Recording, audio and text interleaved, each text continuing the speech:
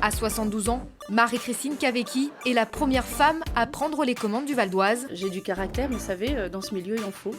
Voilà, et puis peut-être encore plus quand on est une femme. Marie-Pierre Mouton devient la première femme à diriger le département de la Drôme. Je pense qu'il y a beaucoup de femmes qui sont absolument volontaires pour faire cela. Sophie Pantel est à la tête du département depuis 2015. C'est un symbole important, selon vous ? Je veux vous remettre la même question que j'ai posée la dernière fois. Si j'avais été un homme, vous m'auriez posé la question. Depuis 2015, les conseils départementaux sont strictement paritaires. Alors en termes de chiffres, les sièges sont autant occupés par des hommes que par des femmes. Mais si l'on regarde les instances dirigeantes où réside le pouvoir, on est loin du compte. À la parité quantitative, il serait temps d'ajouter une parité qualitative. Les prochaines élections départementales sont prévues fin mars 2021. Date non contractuelle dans la limite des stocks de tests PCR disponibles. Oui, car certains départements demandent déjà un report de ces élections alors que le Covid ne semble pas vouloir nous laisser tranquilles. Les départements ont plusieurs compétences, notamment en termes d'action sociale qui représentent en moyenne plus de la moitié de leur budget. C'est d'ailleurs eux qui sont en charge de l'aide sociale à l'enfance et c'est pour ça qu'ils étaient une vingtaine à déposer plainte contre Éric Zemmour après ses propos sur les migrants mineurs. La dernière fois que nous avons voté pour des conseillers départementaux, c'était en 2015. Jamais, sous la Ve République, notre famille politique n'avait gagné autant de départements. Et ces élections de 2015 intégraient la grande réforme de la loi du 17 mai 2013, la loi Valls. Car avant, on avait des conseillers généraux qu'on élisait individuellement par canton. Ces cantons ont été élargis et maintenant on vote pour un binôme mixte par canton pour un mandat de 6 ans.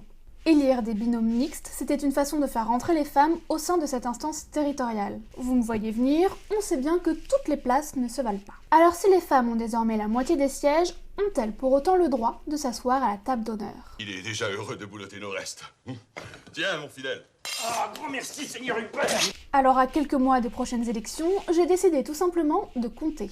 J'ai épluché les sites internet de nos départements et j'ai rempli mon tableur. Je précise que j'ai retiré Paris qui bénéficie d'un statut particulier, on parle du Conseil de Paris et la maire de Paris est à la fois maire et présidente de département. Donc sur les 99 départements que j'ai comptés, 14 sont présidés par des femmes. Sur les 85 départements présidés par des hommes, 47, un peu plus de la moitié, ont un homme comme premier vice-président. Alors que seuls 2 départements ont une femme comme présidente et une femme comme première vice-présidente. Et les départements les plus girl power sont le Doubs, mais la première vice-présidente vient d'être élue sénatrice, donc à voir qui la remplace, et la Meurthe-et-Moselle. L'un politiquement à droite et l'autre à gauche. 2 petites exceptions donc contre une majorité. Si l'on regarde sur l'ensemble des vice-présidents et vice-présidentes, ils sont 100 hommes de plus que les femmes. Il y a aussi une relation de confiance, d'homme à homme, si je puis dire. Il est intéressant également de regarder par parti politique. Sur les 64 départements dirigés par la droite, 9% sont dirigés par une femme et 43% ont un binôme président ou présidente et vice-président ou vice-présidente mixte. Sur les 33 départements dirigés par la gauche, 24% sont dirigés par des femmes et 63% ont un binôme dirigeant mixte. Ce n'est pas vraiment une surprise. Enfin, il faut voir où ont été placées les femmes. La politique a tendance à reproduire les stéréotypes de genre. Il suffit de jeter un coup d'œil aux délégations obtenues par les femmes. J'ai recensé les délégations obtenues par les vice-présidents et vice-présidentes quand celles-ci étaient clairement stipulées sur les sites internet des départements. Mes résultats ne montrent donc qu'une tendance. Les femmes sont surreprésentées dans les affaires sociales et la solidarité, l'éducation et la gestion des collèges et tout ce qui a trait à la santé, les seniors et le handicap. Mention spéciale pour l'enfance et la famille où elles sont plus de 80%. Au contraire, elles sont peu nombreuses dans l'aménagement et l'urbanisme, la gestion des routes et des bâtiments et encore le numérique. Mention spéciale au budget où elles sont moins de 5%. Vous la voyez là, la vision parfaitement stéréotypée de la société ? Oui.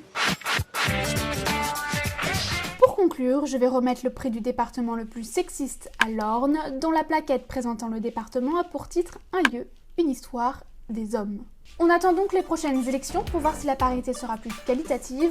En attendant, de mon côté, je vais voir ce qui se passe dans les régions et ça fera l'objet d'une prochaine vidéo.